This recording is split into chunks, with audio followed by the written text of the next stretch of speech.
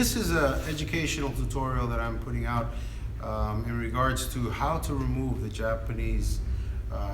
the handle off of a Japanese sword. We get a lot of requests at Nihonto Antiques, and it's hard to explain over the phone or emails how to do this procedure.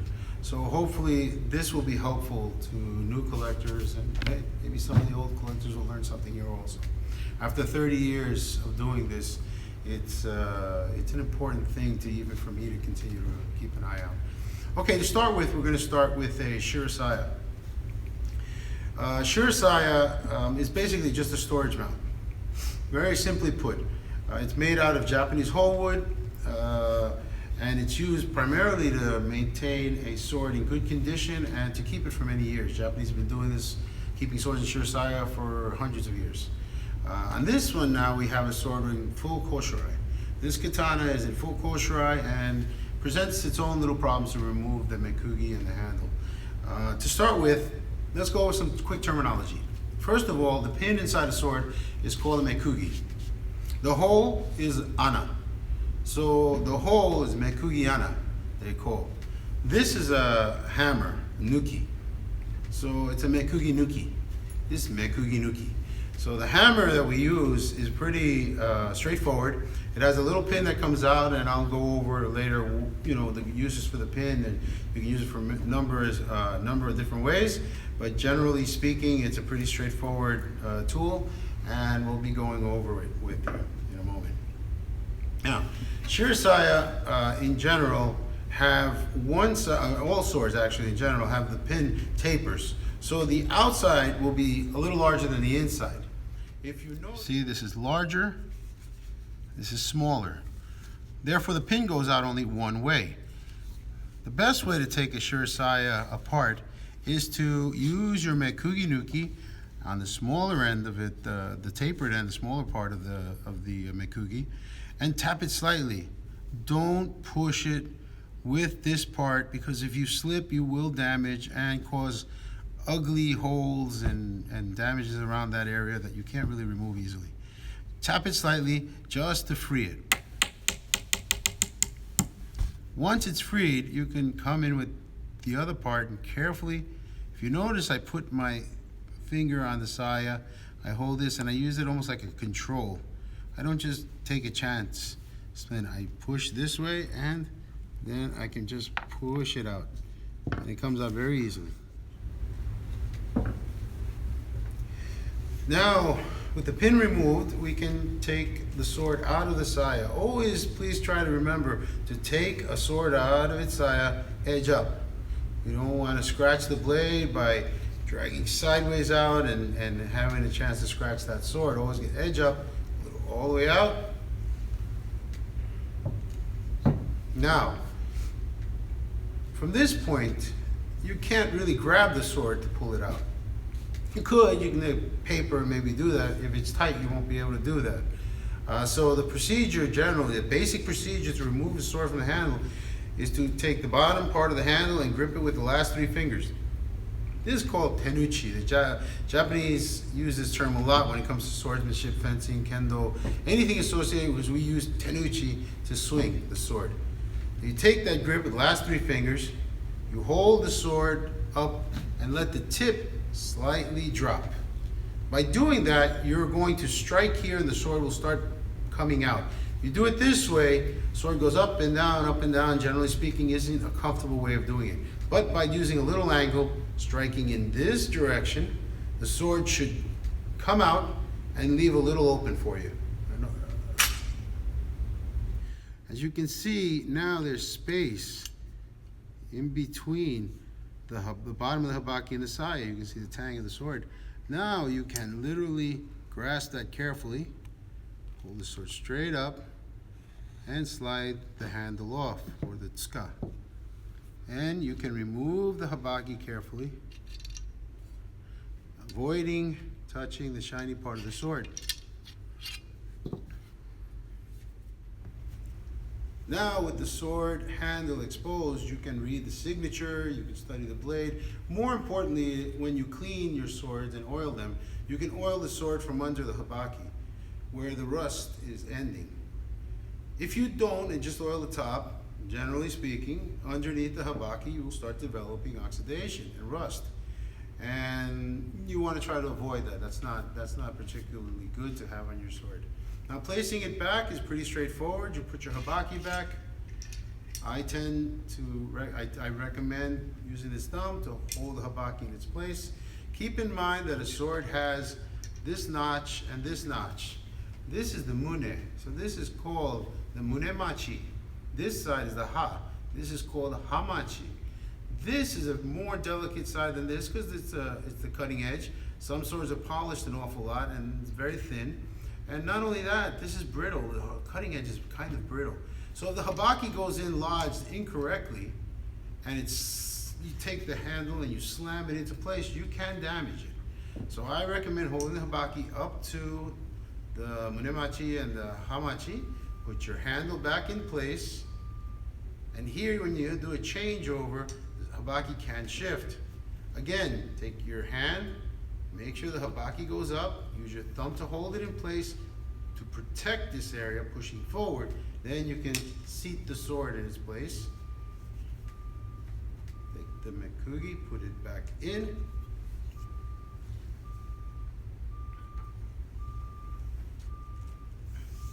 And there you have it. That's how we remove the Tsuka from a shirasaya. Now, moving on to koshirai. Koshirai can be a little bit more trickier.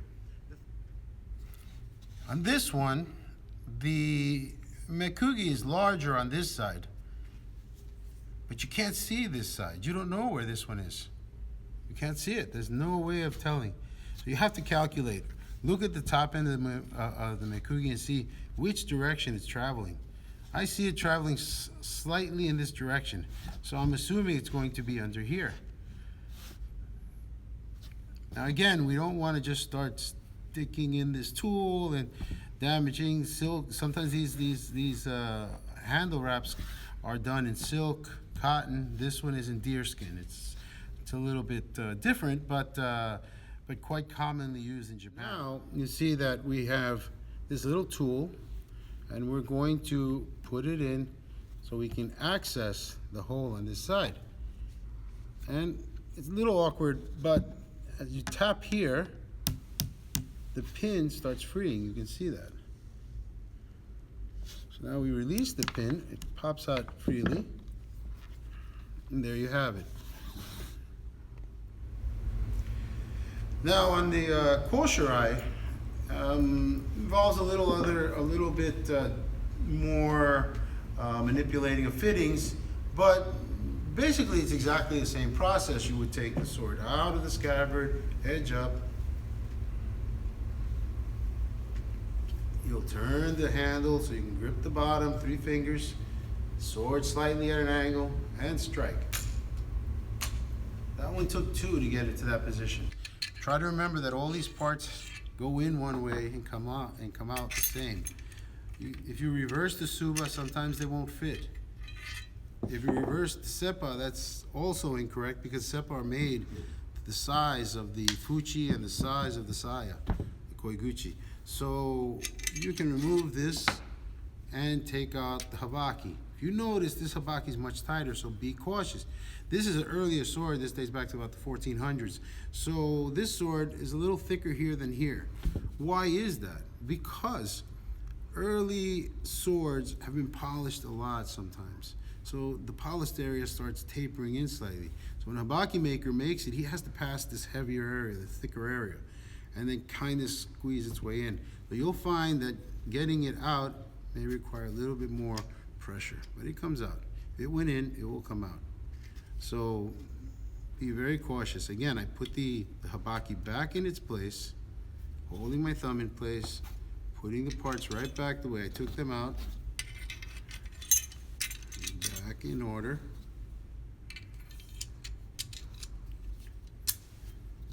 Let's go back in place. Now this one's a little different because you have the tsuba in the way, so you can't really put your thumb on it.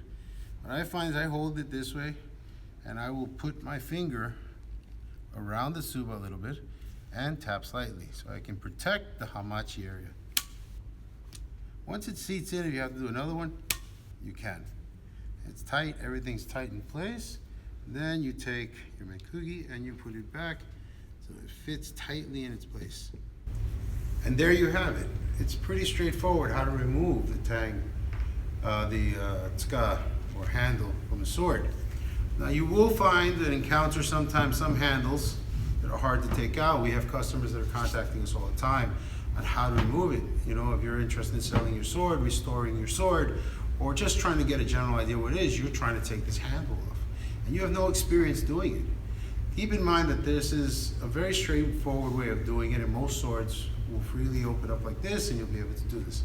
Now, on occasion, there are swords sometimes that are harder because the nakago or the tang is in very tight of the handle, and sometimes for many years, if it's kept never opened, there's rust builds in there, it gets tighter, the wood shrinks, it gets tighter, and this process that I made to look very easy to pop out won't happen. So in that case, what we want to do is understand that you use very simple tools. You use a block and a wooden mallet. Very straightforward. Wooden mallet's very important because you don't want to take a chance when we do this technique and scratch your sword, but you can. Wooden mallet will be a little safer. Take off the pin by tapping it slightly. Push it out carefully.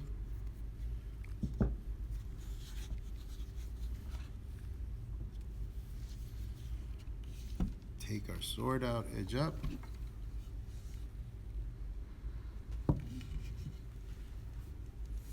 Now, we want to keep the edge up on the sword. Use our block of wood and place it carefully here.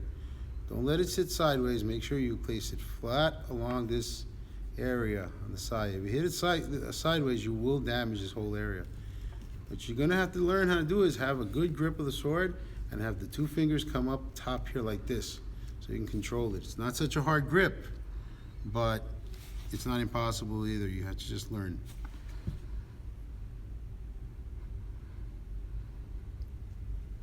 Okay. Now the trick is to balance this whole thing in your hand and take this mallet and try to strike here as close to the sword as possible and tap it. If you notice, again, we got the same situation that we did when we did this. It's the same thing. What we're doing is we're freeing it. Now maybe it's still a little tight, but now when it loosens a little, you could even probably try to do this, see if it works for you. So now you see I'm tapping very softly. But think about this, go slowly, slowly, slowly, but occasionally you will find the tang that after you take off the pin, it's not working. And I will tell you, many times I have struck nakagos as I've built up the intensity like this. Usually you start seeing it open, open, open. That's it, you're getting there. Now slow it down again. Just enough to free it. You don't want to hit it so hard that the sword can, come out of your hands, everything. You just have to find that balance so it all works for you. The same thing goes with the koshirai. Koshirai is just a little different. A slight difference is that you have a tsuba in the way. So with the tsuba, you're going to do the same thing, only you're going to put it up on top of the seppa after you pull the pin out. You're going to try to find the way to hold this whole thing like this, which is a little awkward again. You're going to do the same thing. Boom, boom, boom, boom. Not too much. Build slowly. Once you start seeing it free, then you can put this tool away and try to go back to this technique. It's probably the safest way to do it, and you'll incur less damage on your sword doing it that way. When you're finished, you put the sword away in the scabbard, in the saya, and for the most part, well, you're done.